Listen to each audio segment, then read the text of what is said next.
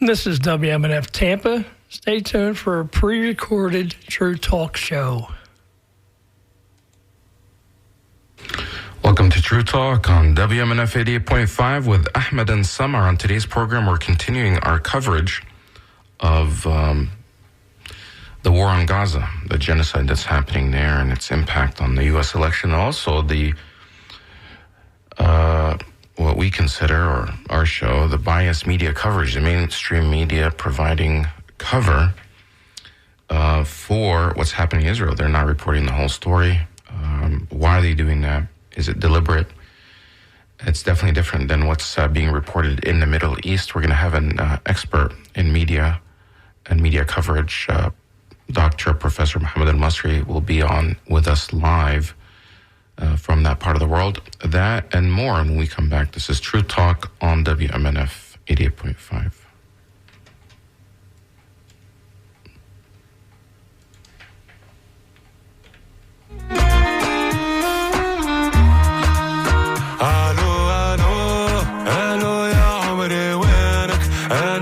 شبابي وينك الو يا الغالي وين الو الو سلم لي عالحبيبة عايش بالناس غريبة مش عارف وكري وين الو الو الو يا عمري وينك الو يا شبابي وينك الو يا الغالي وين الو الو سلم لي عالحبيبة عايش بالناس غريبة مش عارف وكري وين قالوا يا حبيبتي نعرف اللي طالت غيبتي الأيام ضحكوا على شيبتي وشيبة ولا تشيبة ما حبوا طيبتي ناس تستنى في خيبتي والأرنبة طلعت ذيبتي وشوفنا منهم خيبة قالوا يا الغالية شلز شباب على إيطاليا لبحر وامواج والعالية وغرقين وغرقين وحمام وجارية غاطي يميني وشمالية وفكري كان في المالية الوحش كبر يا الأخوات الو الو الو يا عمري وينك الو يا شبابي وينك الو يا الغالي وين الو الو سلم لي عالحبيبة عايش بالناس غريبة مش عارف وكري وين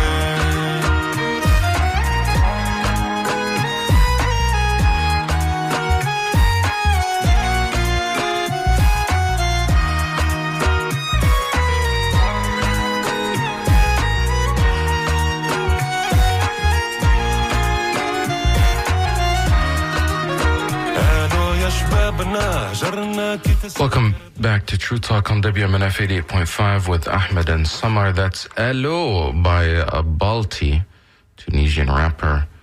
And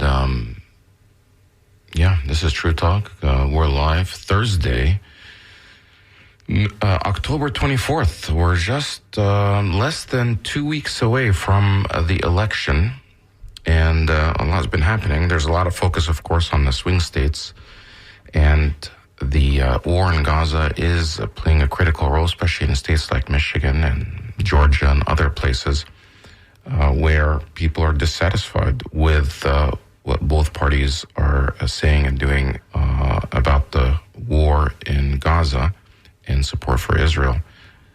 Samar, I happen to think that this election, in a way, not for everyone, but because, of course, not all Americans are focused on the issue. Most Americans are focused on being able to survive, provide for their families, have better jobs and better standard of living. But for many people, the war on Gaza will be one of the issues that they'll be voting on, to decide on who to vote for.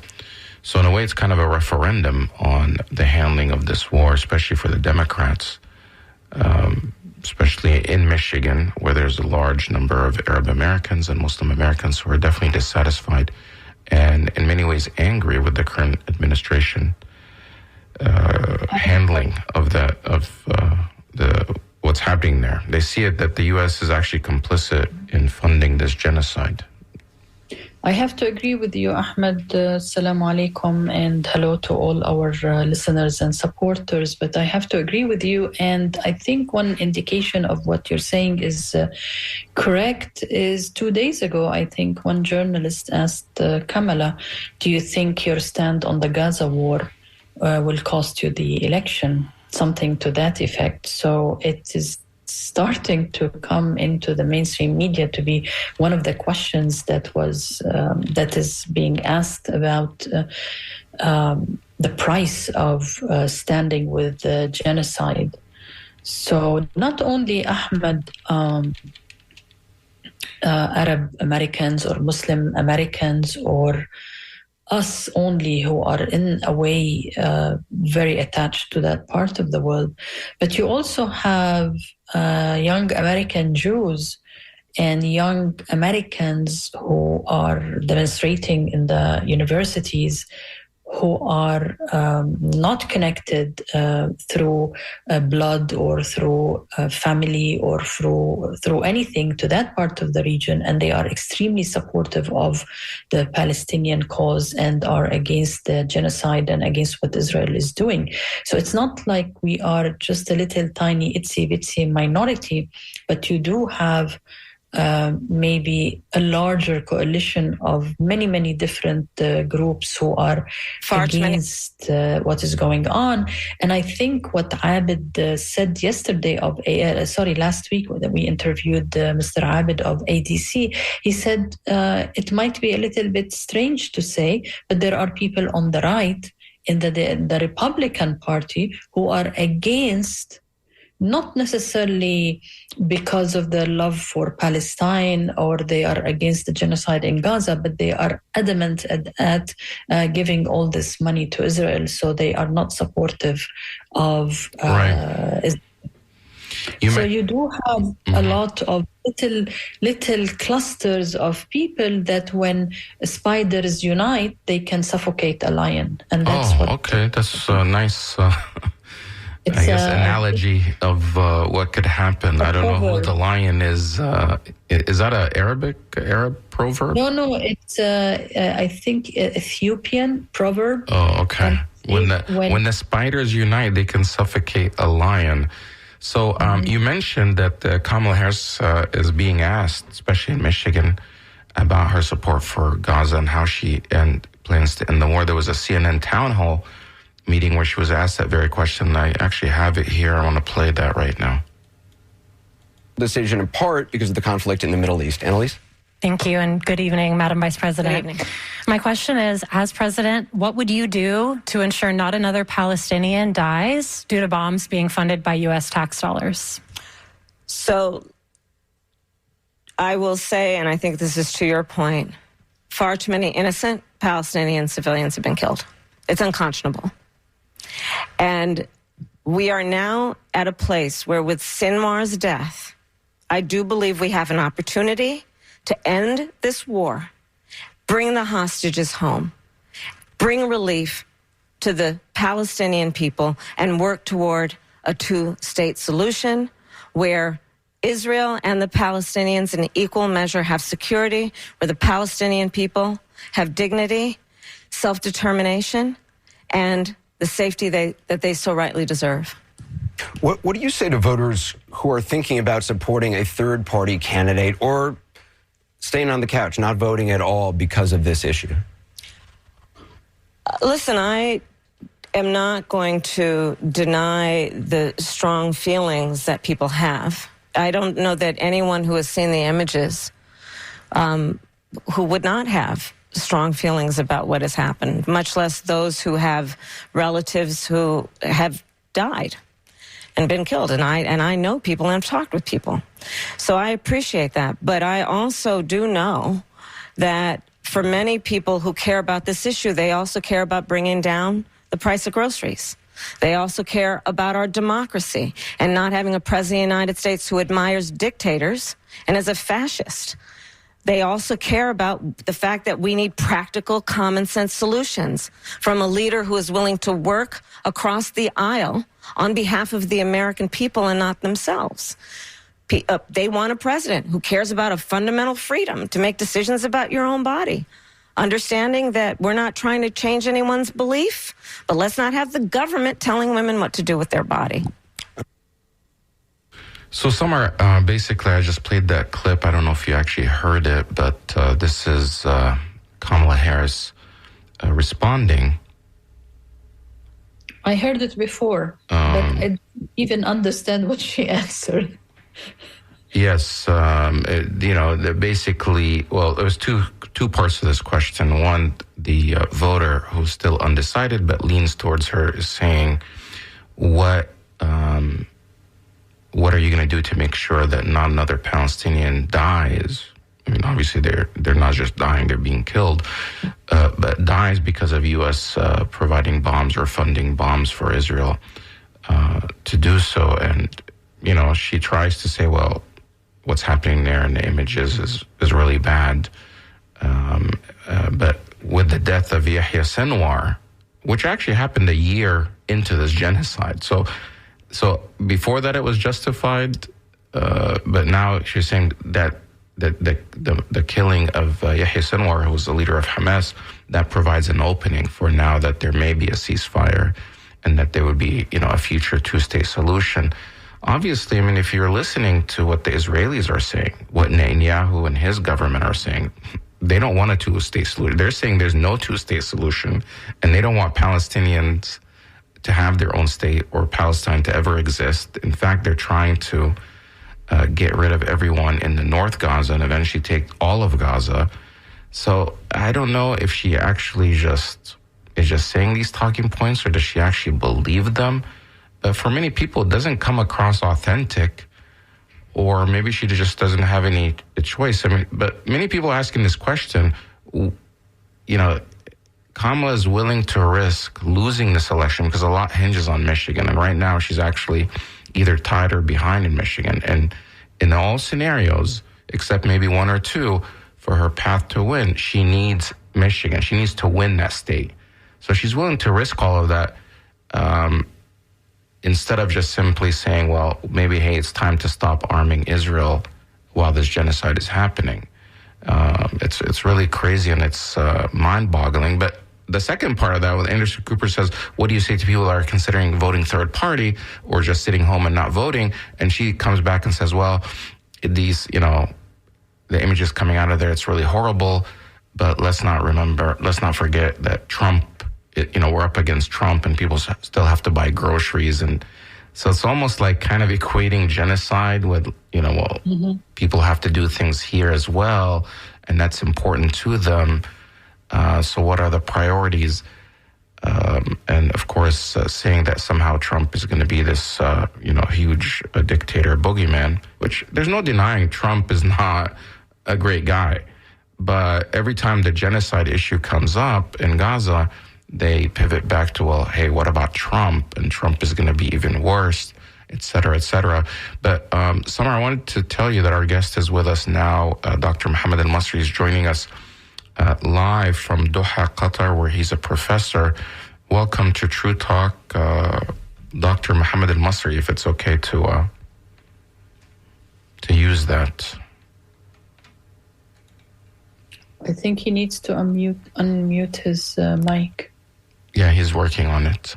So, welcome. Can you hear me? Yeah. Yep. Okay. Yeah, good to talk to you guys again. Sorry about that. Mohammed, is it okay to call you Mohammed, or do we have to call you doctor every time? No. If you call me doctor, it makes me feel like I'm at work. Oh, okay. So you're a professor in the Media Studies program at the Doha Institute for Graduate Studies. You're an American citizen, Arab American, Egyptian American, and you focus on media studies. We saw your recent op-ed in Al Jazeera that titled "Leaked U.S. Warning to Israel to, quote, let aid in Gaza, end quote, is merely a distraction." And because we heard about this about a week to 10 days ago, that the Biden administration sent a letter signed by the Secretary of State and the Secretary of Defense, sending a letter to the Israeli government warning them that they need to let more aid in or risk being in violation of U.S. law, and that, it may impact, being able to provide them with further weapons. But they gave him a 30-day deadline, which is conveniently after the election. So why did you write this article, and, why are you skeptical about the letter? Well, this warning that the U.S. delivered to Israel just didn't make a lot of sense. It just didn't square up with me. It's kind of absurd on its face, because here's the U.S. coming along 12 and a half months into a genocide and into this Israeli forced starvation policy, which is well documented. It's very public. The Israeli leaders have told us what they're doing. First, they told us what they were planning to do, and then as they were doing it, or as they've been doing it, they've been kind of walking us through it. And they've showed us indeed in their actions what they've been doing. It's documented by every single human rights group, Human Rights Watch, Amnesty International, even Israeli human rights groups.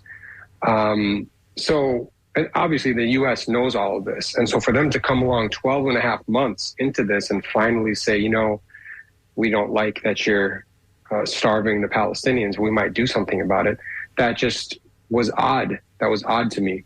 The other reason it was odd, or that it struck me as odd, is because as bad as forced starvation is, and it's a very serious war crime, it's inhumane, Israel's actually doing much worse than that. They are indiscriminately bombing civilians and at times targeting civilians.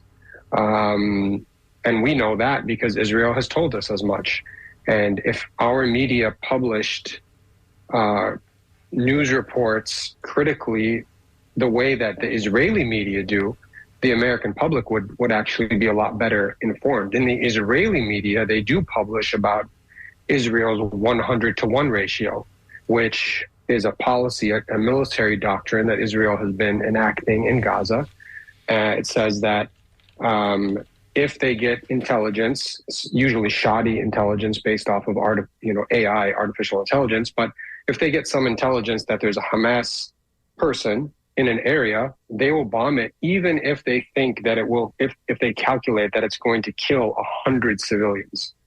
They will still carry out the attack. That's called the 100-to-1 ratio. And this is published in Israeli media. They also have been enacting the Dahiya doctrine in Gaza. This is also well known, very, very well documented in Israeli media. The Dahiya doctrine is a military policy that seeks maximum damage to civilian areas to punish the civilians. And there are other doctrines. And my point is that the U.S. knows about all of this, and yet they're willing to continue to send massive weaponry to Israel, including these 2,000-pound bombs, which Israel uses to devastate neighborhoods, right? They dropped a 2,000-pound bomb on a residential neighborhood in Jabalia and killed a couple hundred Palestinians in one go.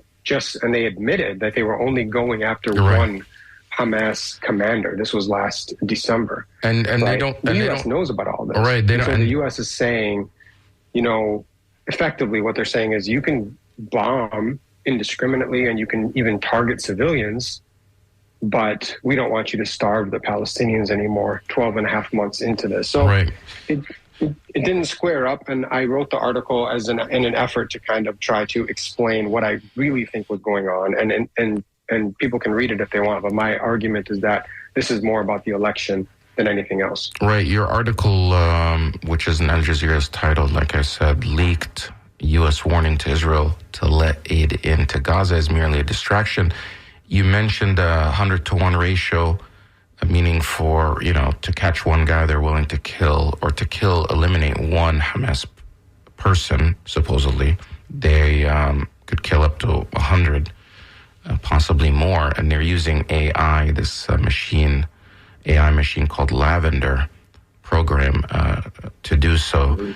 But wouldn't you agree that the killing of Sinwar actually contradicts that, because one of the reasons they're saying that they have to use these 2,000-pound bombs is that these Hamas leaders, including Sinwar, are hiding in bunkers deep underground. In order to reach them, they have to use these massive weapons that penetrate the earth and go deep into these bunkers. But when they killed Sinwar, he was not in a residential area. He was in an area where civilians are not located, and he was above ground. And they broadcast the images afterwards to prove that. So it kind of contradicts. They didn't need to use those heavy weaponry that are devastating towns, and that they've been using to destroy hospitals and schools all over Gaza, which I think you've pointed out in the past that really the true intention is to make Gaza unlivable, inhabitable, so people can never return back to their homes. So did you notice that contradiction, especially with the killing of Sinwar? I do, and it's something that I think it's a good point. It's something that many observers, analysts, scholars have noted, and not just in the case of Sinwar, but if you look at the way that Ismail Haniyeh was assassinated, targeted assassination in Iran.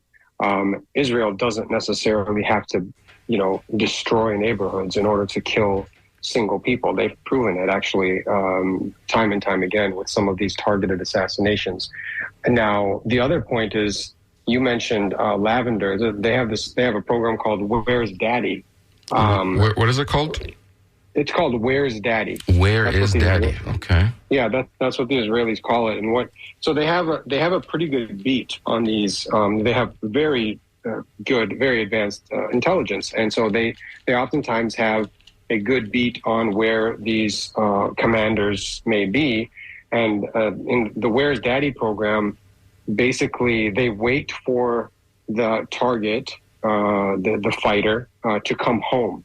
And late at night, they will target the entire residential complex and obviously kill, many people. It's one of the reasons why some of the scholars who have been following this closely say it's one of the reasons why so many entire families have been eliminated. I don't have the number in front of me right now, but it's actually an astounding number of entire families. Yeah, I think it's like they said 900 or something, that entire families have been, meaning when entire families, that means there are no, grandchildren are even being killed, and no one to carry the family name forward, just wiping them off. And this is something unheard of, because the nature, especially in Gaza, families live together. So if somebody, it's not just it's not just the immediate family, parents and children, wife and children. It's the grandparents, it's the uncles, it's the cousins. They all live basically in the same building because of nature. Maybe it's a multi-story building and each family is on a different floor because of the limited space. So when they target one building, residential building, you're actually, taking on an entire family or tribe even. But so if the U.S. government knows all this, and of course they share intelligence back and forth, why, and Samar, I'm going to get you next. I know you have some questions. I'm sorry. I thought you were going to go, but so why are they continuing to give this lip service? That somehow that they want a two-state solution, even though they know that the Israelis don't want a two-state solution. And many in Washington already kind of realize, most in Washington, that the two-state solution is dead. It's not possible. Why do you think that we keep hearing the same, talking points over and over, that somehow that this is a possibility and that they want a ceasefire, even though they've been, kind of gave up on pushing for a ceasefire? Yeah, well, I think it's as simple as the U.S. Needing to maintain just a kind of a decorum and a public image, right? There's a lot of this is for public consumption. They can't come out and say Israel's committing genocide, but we're still gonna support them, militarily. They can't, even though I'm sure they know that it's obviously a textbook case of genocide. There isn't any difference of opinion among any scholar of genocide and Holocaust studies or international humanitarian law. The U.S. government and the State Department, they're not stupid, so they know this, but they can't say it. They can't come out and say, to your point, that the two-state solution has been rendered impossible by Israel, right? I mean, they can't come out and say that. Israel is their closest ally. So they pay lip service to these ideas. I mean, the ceasefire thing, you mentioned the ceasefire, it's absurd. It's been a big charade. I mean, the U.S. has been saying that they want a ceasefire, and then when a ceasefire proposal comes across the desk at the United Nations Security Council, the U.S. vetoes it. This happened last October, 2023. Then it happened again in December. Then it happened again in March, 3 straight times. And in every single case, the U.S. was the only country out of the 15, to veto or to vote no on the ceasefire. And on the first one, I thought it was really telling. Back in October of 2023, the U.S. was opposed to even using the word ceasefire. They watered it down so much that it ended up just talking about humanitarian pauses. Right, I remember that. And even that was too much for the U.S. and they vetoed it. So, I mean, it's talking out of both sides of the mouth, so to speak. And obviously we talked about talking about a ceasefire, but then continuing to supply Israel with the weaponry that they need to carry out these war crimes. Samar? I want to jump in here, Dr. Muhammad, although I had originally a different question, but along this line, in the Arab world, they keep telling me Netanyahu controls the White House, controls Biden, AIPAC, and the Israeli lobby is so strong that they are dictating on the U.S. foreign policy. I beg to differ. What do you think, Dr. Al-Masri? Is the U.S. doing the U.S. support for Israel is part of U.S. global power-grabbing, strategic positioning of Israel? I mean, I do not believe that really Netanyahu is in control of our U.S. foreign policy or the Israeli lobby is in control. Do you agree with me?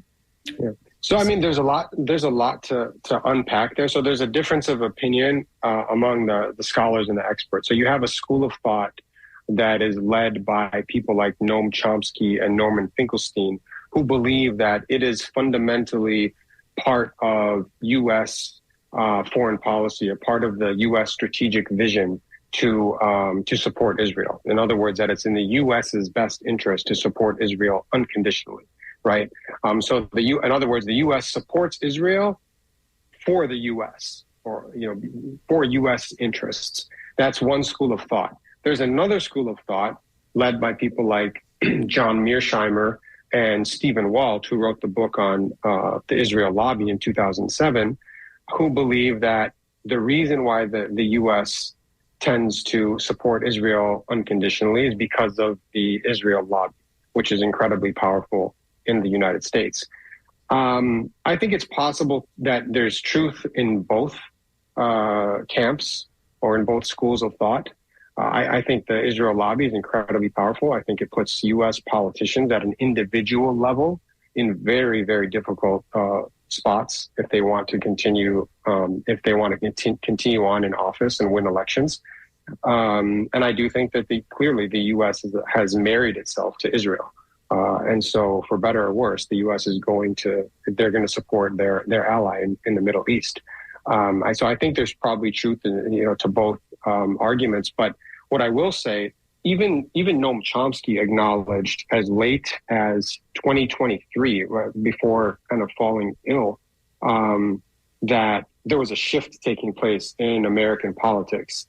He said that historically it has been the case that the U.S. can pretty much exert pressure on Israel whenever it wants. And there are many examples of this. One example that I was reminded of recently is 1982, when Israel carried out the Sabra and Shatila massacre in Lebanon.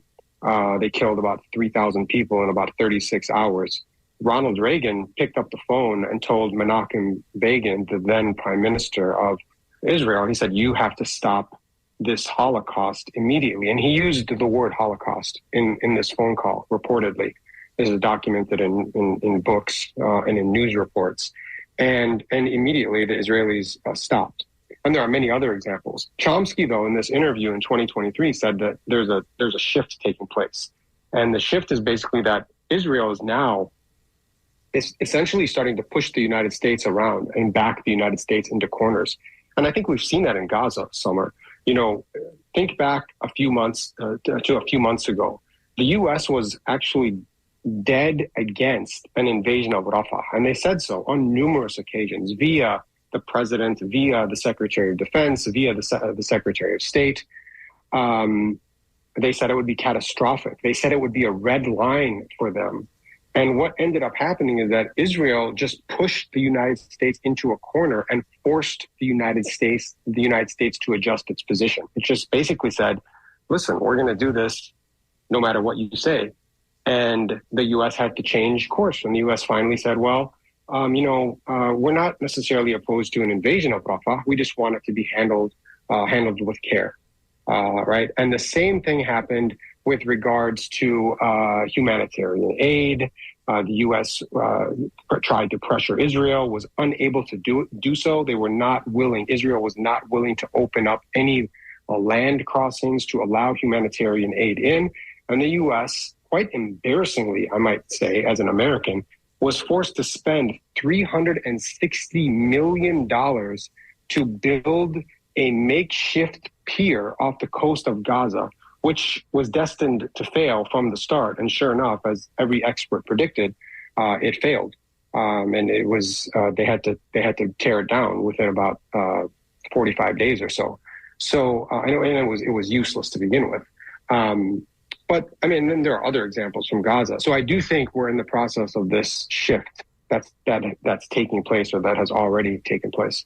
Even if it jeopardizes monarchies and systems that we support.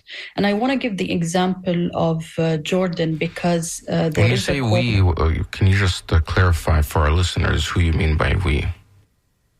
Me. No, you don't support tyrants. You mean the United States government? Okay. Sorry, I got distracted for a second here. Yeah, say that again. Yeah, but sometimes our listeners, because they're like, oh, Samar supports dictators and, in the Middle East. Oh okay, I guess I'm getting some senior moment here. But Dr. El-Masri, for instance, I want to give the example of Jordan. They are calling for 1 million march tomorrow, and they say, we're not going to be silent. It's over. Israel crossed every red line for us. And a few days ago, 2 young Jordanians left their wives and their kids and went to the border and killed a couple of soldiers and did fidai kind of guerrilla warfare. They are young people. They're not part of any organization. They're not part of any Islamic movement. They're not part of any resistance. They just said, we could not take it anymore. I mean, Jordan and Israel have the longest border. It is very difficult to maintain this border and the security of this border. So the U.S. is willing to jeopardize an uprising in Jordan. I know it's very little chances of it happening in Egypt, but things can go out of hand very quickly. The images that the Americans cannot see on our mainstream media, but they can see it on Twitter and Instagram. I have Americans who send me messages and say, how can the heart take more than this? I mean, these are Americans that have zero connection to that part of the world and are angry, are very, very angry. Yeah. No, I understand your question. And the short answer to your question is that, yes, the U.S., on behalf of Israel, is prepared to sacrifice its own interests, in my opinion and in my estimation. And you documented some of it. But think about the fact that during this Israeli genocide, on behalf of Israel and defending Israel, the U.S. has lost several service people, right? On behalf of Israel. The U.S. has had to spend tens of billions of taxpayer dollars that could very easily be put to much better use in the United States. The U.S. has seen its global standing decline dramatically. Public opinion of the United States is down almost everywhere in the world. The U.S. is being caught up now in a genocide case. It's going to be seen when the dust settles as having been complicit in genocide. The U.S. is now risking a large-scale regional war. We are on the precipice of a large regional war that will drag the U.S. in and will compromise U.S. Assets in the region. And I could go on. I just listed, 4 or 5 different ways in which the U.S. has harmed itself. But yes, the U.S. is willing to do that. And you all remember when we had conversations a decade ago about the U.S.'s Egypt policy. And one of the arguments that we were trying to make at that time was that the U.S. was acting in a way that harmed its own interests by propping up the Sisi dictatorship in Egypt and propping up a military coup, not even being willing to follow U.S. law. And we're seeing the same thing play out again. The U.S. is contravening its own laws, to say nothing of international law, but even U.S. law. The Leahy law prohibits the United States from supporting Israel in the way that it is supporting Israel right now. And it's in some ways unimaginable, but in other ways, I think we all could have predicted it, because this is U.S. foreign policy. Let me just remind our listeners, they are listening to True Talk on WMNF 88.5 FM. My co-host Ahmed Bedier and myself, Samar Jarrah, are talking to Professor Mohammed Al-Masri. He is a professor in Media Studies program at the Doha Institute for Graduate Studies in Qatar. Dr. Al-Masri, Israel bombed and destroyed universities. They are attacking hospitals. In the north, they just assassinated 2 doctors. One's name is Muhammad Ghannam, a young doctor. I am in contact with another surgeon, and he sent me a message yesterday that all of these doctors are getting messages to evacuate, or they're going to be targeted, because Muhammad Ghannam was targeted by a drone while he was walking to the hospital. And there is another physician that was killed yesterday, but I can't remember his name. Now, we, Samar, when I read these things, I say, this is systematic. This has to be part of a plan. And then in your wonderful article, and let me remind our listeners, the title is Leaked U.S. Warning to Israel to Let Aid in Gaza is Merely a Distraction. It was published on October 17, and you can find it on aljazeera.net. You talk about something called the General's Plan. Could you elaborate on that? Mm-hmm. Yeah, so the General's Plan was put together by a top Israeli security official. Technically, he's a former Israeli security official, but he's still an advisor to Yoav Gallant, the defense minister. His name is Jarrah Island. And effectively, his plan is to give Gazans in North Gaza the choice of either starving to death or moving, basically being ethnically cleansed, to being driven from their homes. It's basically an ethnic cleansing policy. What surprises me is not this particular policy, but is that the U.S. hasn't been reacting to similar policies that have been ongoing since the start of the war. I mean, in the very early hours after October 7th, after the attack on Israel, Yoav Gallant, the defense minister, came out and said that he was enacting a complete siege on Gaza. And he said there will be no fuel, no food, no water, and no medicine. And he's using those exact words. So he was calling at that time for a starvation policy. And then the Israelis went out and implemented that policy. Giora Island, at the same time, this is now a year ago, he said even that was not enough. He said that the Israelis would have to make sure that they also targeted the people who would try inevitably to deliver aid to the Palestinians. He was talking about aid organizations. And we should remind everyone that more than 200 UN staff have been killed during this genocide, right? This is a world record. This conflict is now a world record for killed UN staff. It's also a world record for killed journalists. This is all policy. This is Israeli military doctrine. Moshe Dayan said decades ago that Israel must be seen in its foreign policy to be a mad dog. And those are his words, right? This is the former Israeli defense minister and foreign minister. He's saying Israel must be seen by its enemies as a mad dog. Ariel Sharon delivered a similar statement. So when Gallant comes out after October 7th and says what he says, and then when he says in another interview or a different press conference, when he says, we will eliminate everything. And when the president comes out, Isaac Herzog, and says, there are no innocent civilians in Gaza. He said all this talk about civilians is untrue. He said it's an entire population that we are at war with. People can look these quotes up. This is why when South Africa went to the ICJ, the International Court of Justice, in January, they presented this 584-page report. There were something like 20 or 25 pages just on genocidal statements. There are dozens and dozens of genocidal statements from top Israeli officials, including the Prime Minister Benjamin Netanyahu, the Defense Minister Yoav Gallant, the President Isaac Herzog, and many others.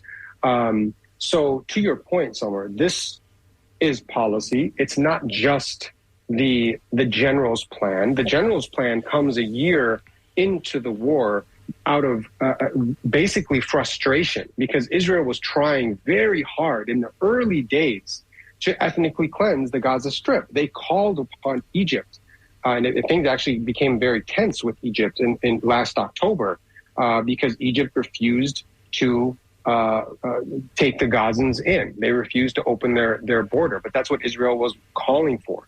They also called the Jordanians, why don't you open your borders to the Gazans? They called the European Union, why won't you take these people in as refugees in the same way that you took in, the Syrians, right? This is what Israel was working towards, ethnically cleansing the Gaza Strip. And this is long-standing policy. This is the Greater Israel policy.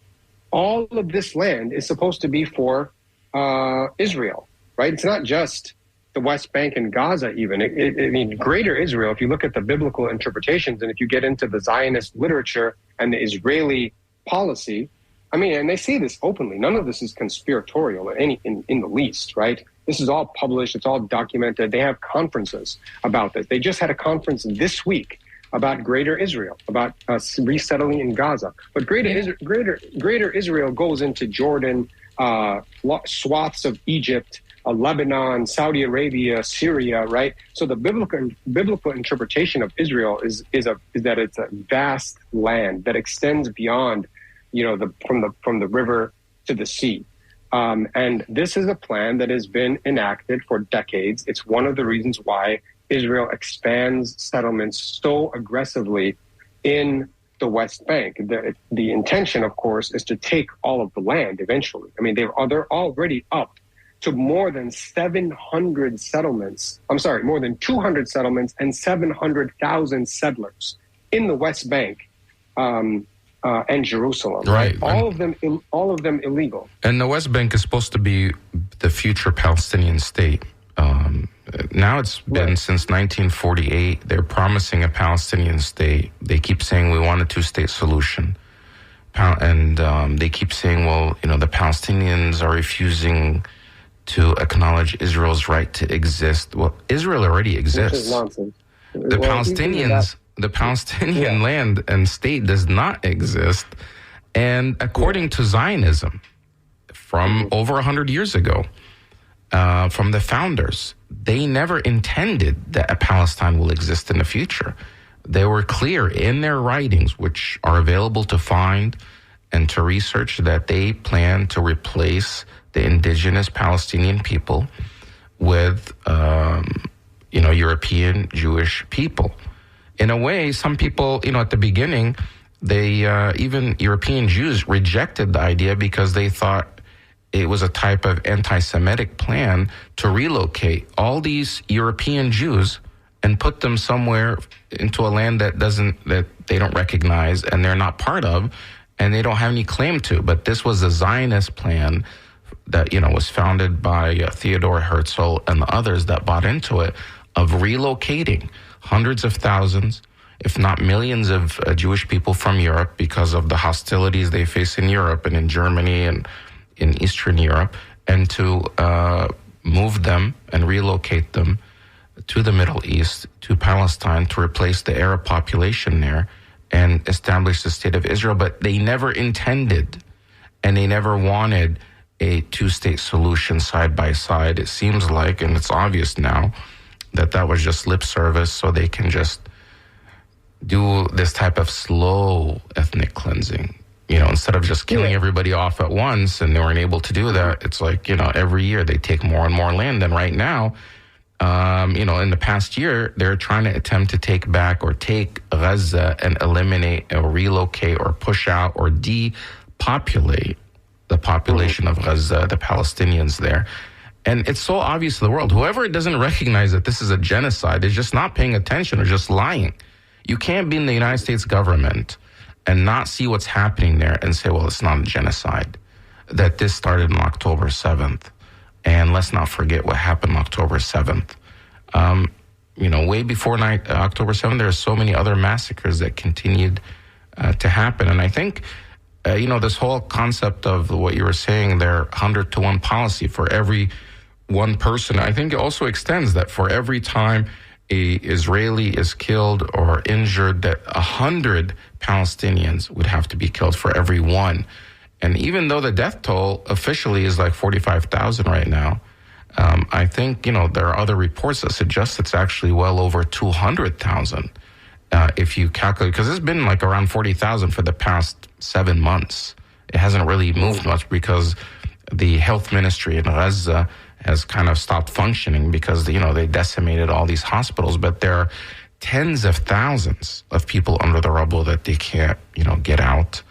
And it's just so disheartening to see that and expect somehow that there'll be peace after this. Okay, you just killed hundreds of thousands of people, massacring them, ethnic cleansing, genocide, and then you expect them to embrace. And I don't know if you can comment to this, but in Israeli media on a regular basis, they justify the killing of even children, Palestinian children in Gaza, to say, well, because those Palestinian children, even though they're children now, they're going to grow up to be our enemies later, so we might as well eliminate them now before they turn into our enemies later, because how can they even make peace with us after what has happened to their parents? Mm-hmm. So Ahmed, it just, Go ahead, Samar. Sorry. Yeah, I wanted, because we are running out of time and Professor Al-Masri is a media expert, and I wanted to ask you about our media coverage or lack of coverage. And aren't they, because there was an interview with a lawyer, and he said, according to international law, when media encourage genocide or do not cover genocide, they might be held liable according to international law.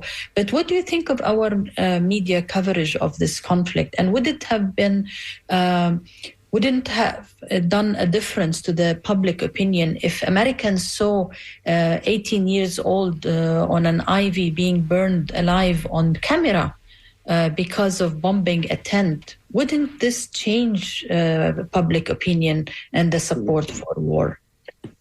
Yeah, so just really quickly on the two-state solution, Benjamin Netanyahu had been bragging in recent months about how he worked systematically to prevent the establishment of a Palestinian state, to render the two-state solution impossible. And just for the record, this idea of recognizing Israel is probably one of the most absurd narratives, right? I mean, we never would have went to the Native Americans while they were being genocidally killed and said, hey, do you recognize the white man, or right do you to recognize exist. the right of the white man to exist on this land? I mean, the white man existed, right? It should be the other way around. You should ask the white settlers to recognize the Native Americans, and that's how it should be in this case too. Should do the Israelis recognize the Palestinians' right to exist and the right to a state? But for the record, everyone in the Palestinian political circle has acknowledged Israel's right to exist and accepted this two-state solution. In the individual Hamas leaders, forget about the Palestinian Authority. Of course, they're on board, but even Hamas, they're on board with the two-state solution. All of their individual leaders had individual statements to the media accepting a Palestinian state on the June 1967 borders. And then Hamas also released a charter, an updated charter, which abrogated their previous charter. This was in 2017, and they say the same thing. This is official political document. They say we accept a Palestinian state on the June 1967 borders, which is de facto recognition of the state of Israel on its June 1967 borders, which, by the way, is 78% of the land. Now, meaning Israel would get 78% of the land. Palestinians will get only 22% of the land, and even Hamas had accepted that to go back to the 1967 border. Yes, and Israel at every peace negotiation basically rejected that. Right. I mean, we don't have time to go into every, Camp David and Tauba and Madrid and all these different negotiations. But if there were time, maybe we could. Now, on the media, I think I actually just finished a study on this that's going to be published in Journalism and Mass Communication Quarterly, looking at CNN, MSNBC, and some other broadcast outlets. And there have been a few other studies done. Basically, the long and the short of it is this. There's an overwhelming reliance in American media and other Western media on Israeli sources and almost a complete neglect of Palestinian sources. That's number one. Number two, Israeli violence is almost always framed up as self-defense. Palestinian violence is almost always framed up as aggression, no matter what it is, right? Another important finding is that Israeli victims are humanized. They are personalized. American media reports and other Western reports will give us the names of Israeli victims, their ages, their occupations, their hobbies. They'll talk about their family relations. They don't do the same for Palestinians. All of these studies that I'm referring to right now, including my own, are quantitative studies, meaning they present quantitative empirical data, right? They present statistics, they present numbers. And so I think the coverage has been overwhelmingly one-sided, and I can't speak too much to the issues of international law. What Craig McIver, he's the former a top UN official who resigned in October of 2023, shortly after the genocide started, what he's been arguing, he wrote an article a few weeks back, is that based on the Genocide Convention, individuals, not just states, but individuals, private members of society have an obligation to prevent genocide if they are able to do so. And no one can be complicit in genocide. And he's made the argument that American media outlets and other Western media outlets are complicit because they've been effectively covering up for Israel through all of this just shoddy, imbalanced reporting. And they could be held liable because they're providing this type of cover, because otherwise they wouldn't be able to carry out this genocide. And Mark Regev is on trial now in. Mark Regev is the former spokesperson for Netanyahu and part of the government there, and now he's on trial in Australia, where he's also a citizen, Australian Israeli. We're out of time.